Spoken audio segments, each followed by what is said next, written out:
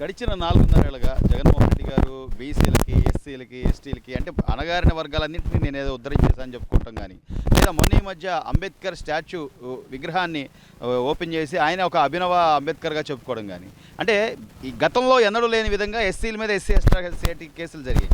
బీసీలను అణగదొక్కిన పరిస్థితి, బీసీలకు ఎలాంటి ఉపయోగం లేకుండా కనీసం అంటే సంక్షేమ పథకాలు తప్ప అవి కూడా అరాకొరాగా వచ్చినాయే తప్ప వాళ్ళ కాళ్ళ మీద వాళ్ళు నిలబడేలాగా ఎలాంటి బీసీ లోన్లు కానీ లేదా డిగ్రీ చదువుకున్న వాళ్ళకి కానీ ఏమీ లేకపోయినా కూడా ఇంకా ఎలా ప్రజల్లోకి వచ్చి నేనేదో చేశాను మంచి చేశాను చెప్పుకోగలుగుతున్నాను.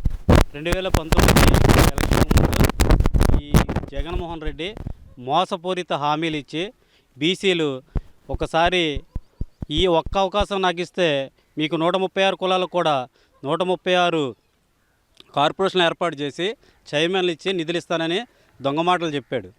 కానీ అధికారంలోకి వచ్చిన తర్వాత 57 కార్పొరేషన్లు పెట్టాడు. 57 కార్పొరేషన్లు పెట్టి 57 కుర్చీలు ఇచ్చాడు తప్ప నిధులు విధులు లేవు.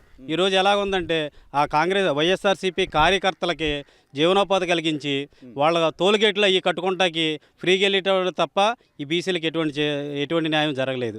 ఇంకో విషయం చెప్పవలసి వస్తే ఇవాళ బీసీ సప్లాన్ మాకు రావాల్సిన నిధులు సంవత్సరానికి వచ్చి 15,000 కోట్లు. 15,000 కోట్లు అంటే ఈ 5 ఇయర్స్ ఇంకా 2-3 మంత్స్తో కంప్లీటెడ్ 5 ఇయర్స్. ఈ 5 సంవత్సరాల్లో మాకు రావాల్సిన నిధులు 75,000 కోట్ల రూపాయలు. ఎక్కడన్నా చేతివృత్తుల వారికి కానీ ఎక్కడ సరే జిల్లా వ్యాప్తంగా మేము జైహో బీసీ కార్యక్రమాలు చేస్తున్నాం. ఎక్కడ సభలు జరిగినా సరే మేము ఇది అడుగుతున్నాం ప్రజలు, మా బీసీ సోదరులారా మీకు ఎక్కడైనా సరే ఒక రుణం వచ్చిందా, లేదా మీకు ఆదరణ కింద ఏదైనా పథకం వచ్చిందా?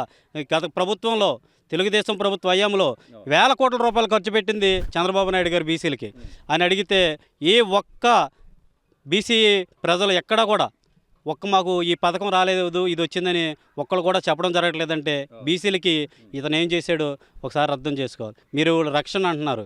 ఈరోజు ఇతను మా బీసీలని ఏ విధంగానంటే రాజకీయ కక్షం చర్యలు అంటే రాజకీయ పార్టీల గురించి చంపడం అనేది అది వేరు. కానీ ఇతను ఒక చిన్న ఎగ్జాంపుల్ చూస్తున్నా.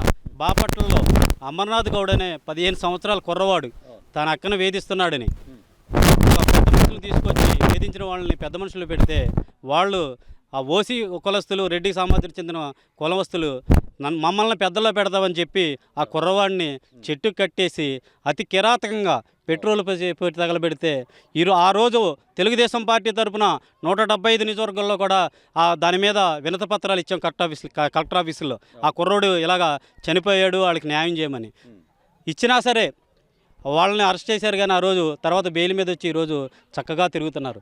ఇటువంటి కార్యక్రమాలు రేపు రానున్న రోజుల్లో బీసీలకు రాకూడదని చెప్పి నారా చంద్రబాబు నాయుడు గారు బీసీ రక్షణ చట్టం తీసుకొస్తాం జరిగింది.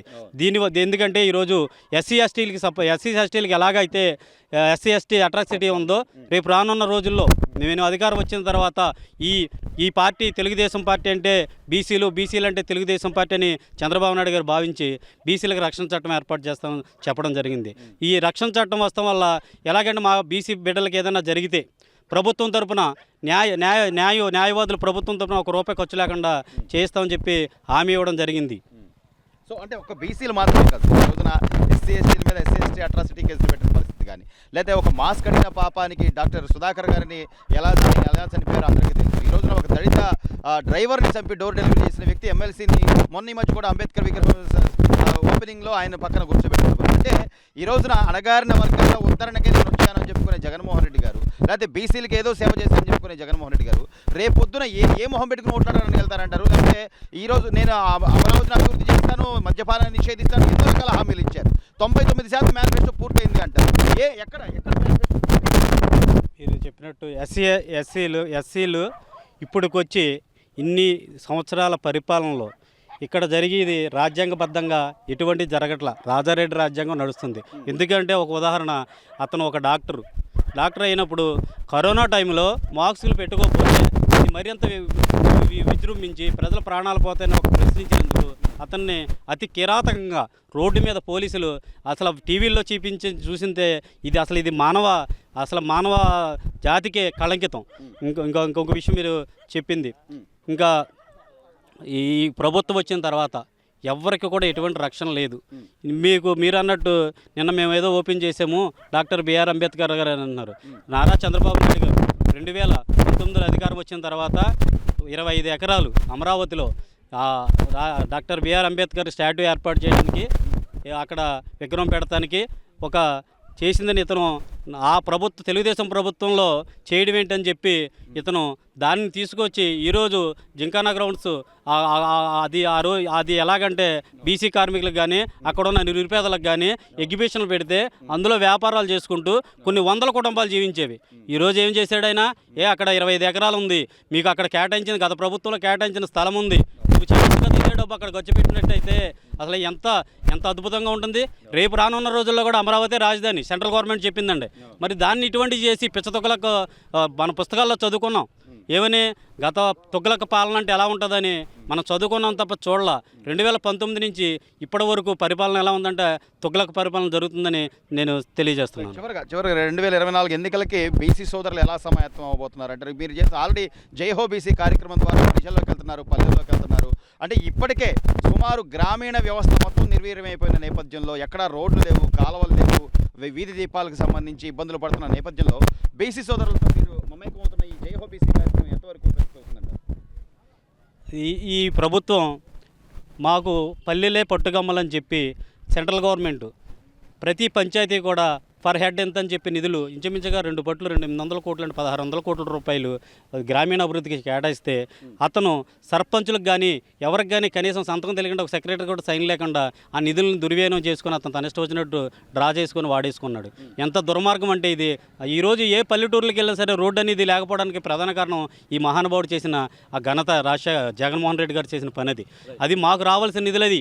అది ఎలాగంటే అది కూడా దానికి చెబుతున్న కేరళలో కమ్యూనిస్టుల పార్టీ ప్రాక్టికల్గా గ్రామాలకి డైరెక్ట్గా నిధులు ఇవ్వడం వల్ల ఆ గ్రామాలు డెవలప్ అవుతున్నాయని భావించి సెంట్రల్ గవర్నమెంట్లో మోడీ సర్కారు బీజేపీ ప్రభుత్వం డైరెక్ట్గా నిధులు ఇస్తుంది. ఆ నిధులను కూడా రాకుండా మా బీసీ బిడ్డలు అది వచ్చి మ్యాక్సిమం 100% ఆ నిధులు కూడా పంచాయతీలు అంటే ఎక్కువ రూరల్లో ఉండేది, బీసీలు ఎక్కువగా ఉంటున్నారు.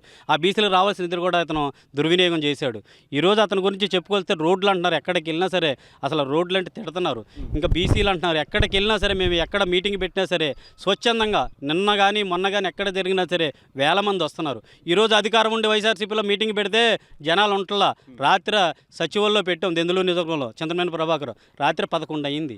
అస్సలు 2000 మంది అలా రోడ్డు మీదే ఉన్నారు తప్ప అసలు వెళ్ళట్లా. అంటే మీరు ఒకసారి ఈ ప్రభుత్వం మీద ఎప్పుడు ఎలక్షన్స్ వస్తాయా, ఎప్పుడు మనం ఓటేసి ఈ జగన్మోహన్ రెడ్డిని గద్దె దింపుదామని ఎదురు చూస్తున్నారు. సార్, ఈ రోజున అంటే బీసీలకి ఏదో పెద్దపీట వేసాం, లేకపోతే బీసీకి మంత్రులు ఇచ్చాం, ఎంపీలు ఇచ్చాం అని చెప్పుకుంటున్న జగన్మోహన్ రెడ్డి గారు, అదే బీసీలు బయటకు వచ్చి కేవలం మాకు పదవులు తప్ప మాకు కనీసం మా నియోజకవర్గాల్లో పనులు చేసే పరిస్థితి కూడా లేదు అని చెప్పి వాళ్ళు వాపోతున్నారంటే నిజమైన బీసీలకి పెద్దపీట వేసిన పార్టీ ఏదంటారు? ఈ రోజున జైహో బీసీ కార్యక్రమంతో తెలుగుదేశం పార్టీ ప్రతి గ్రామంలోకి వెళ్తున్నప్పుడు ఎలాంటి స్పందన వస్తుంది సార్? ఇవన్నీ అబద్ధం సార్. బీసీలకు ఏదైనా మంచి చేయాలనుకుంటే ఒక నారా చంద్రబాబు నాయుడు తప్ప ఏది ఎవరు చేయలేరండి.